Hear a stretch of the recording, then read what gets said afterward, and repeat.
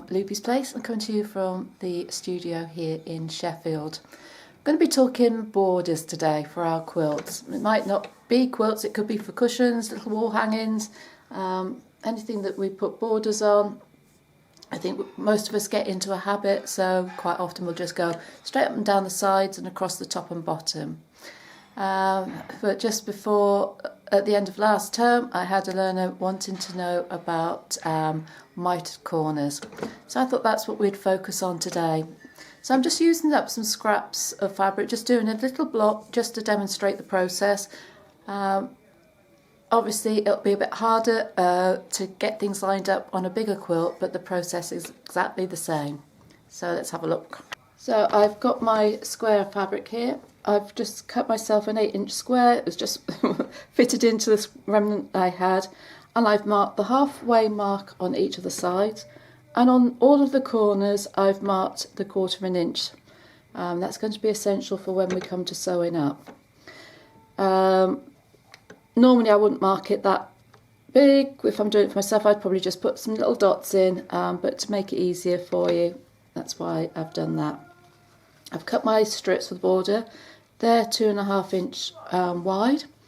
So you need to cut extra than you would normally do for your borders. So for this fabric, because I've got an 8-inch square, my border is the 8-inch plus the width of the border times 2. So that's 5. So 8 plus 5 is 13. Plus 4 inches. So I've cut it at 17 inches. And you'll see that I've got plenty of room, the overhang, to do the folding. So make sure that I've got it right sides together, and I'm going to line up the halfway point of the binding and of the border. I'm just going to stick a pin in it, and then I'm just going to line those up. I'll just put the pin in there to put it in place.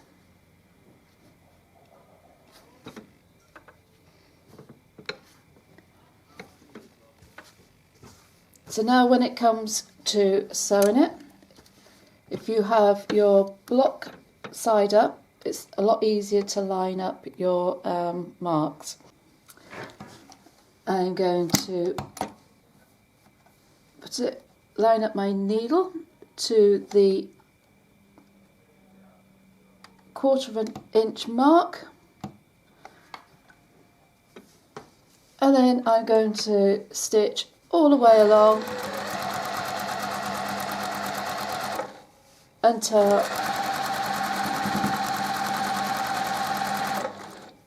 I get to the other 1/4 inch. There. Good idea to just lock that in. I should have done that at the beginning as well. So I've got my first strip on, and as you can see, I've not sewn into that 1/4 inch seam allowance. Now you can do opposites at the same time to save time.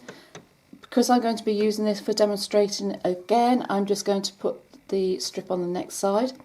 If you want to, you can fold this strip back so it's out of the way, and if I fold that over, I can put a pin in there,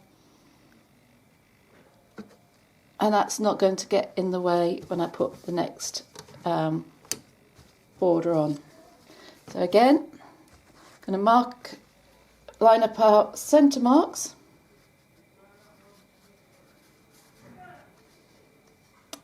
So press that in. You could put a pin in either centre and mark that up, makes it easier. Like that flat. Going to line that side up.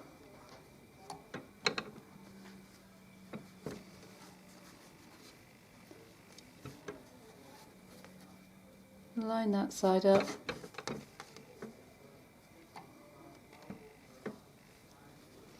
There we go. And I'm going to turn that over again. So again, I'm going to be placing my needle into the mark for the 1/4 inch. Let's go forward a few stitches and back, so that's not going to get pulled apart. And I'm going to stitch all the way down until I get to the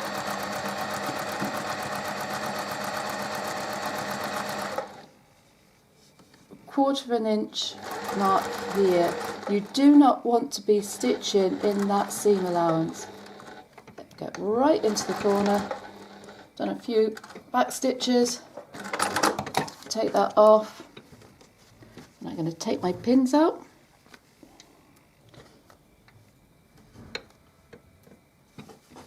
Can lift that back. Take that pin out.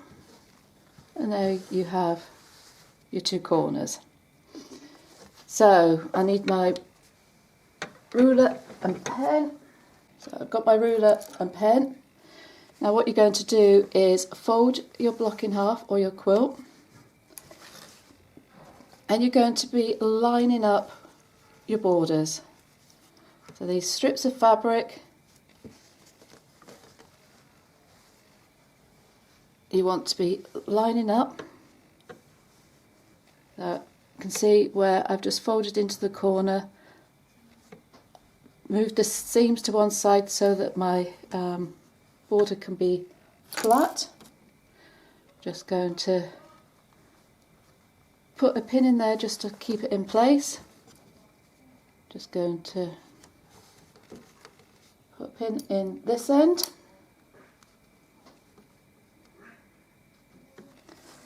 There we are.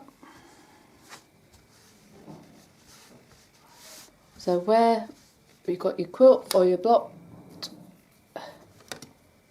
lined up, I'm going to run my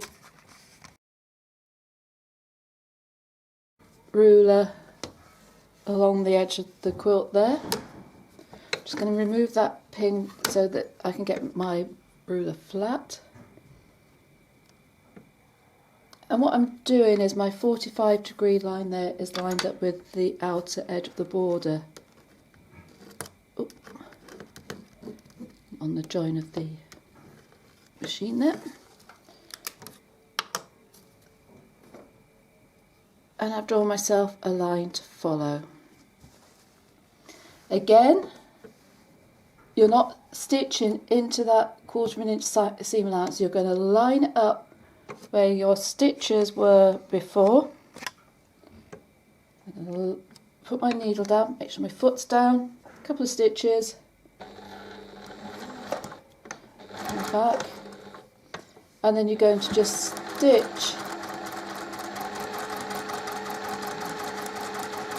along the line that you've drawn to the end. Take my pins out, open it up, there you go. You can press that now, and I've got a lovely mitered corner there, so you can see nice and flat. And then all you need to do once you've done that, you can trim this away and press your block. Okay, so I hope you found that useful today. It's a particularly good method to use if you've got stripes on your fabric. I can remember some years ago doing a quilt, and I had lines in the border, so you could meet them up and they would go around the corner nicely. So it's just a nice way to finish, especially if you've got that repeating pattern on the border. Don't forget to subscribe to my channel. If you click the bell below, you'll get notifications when new content is added.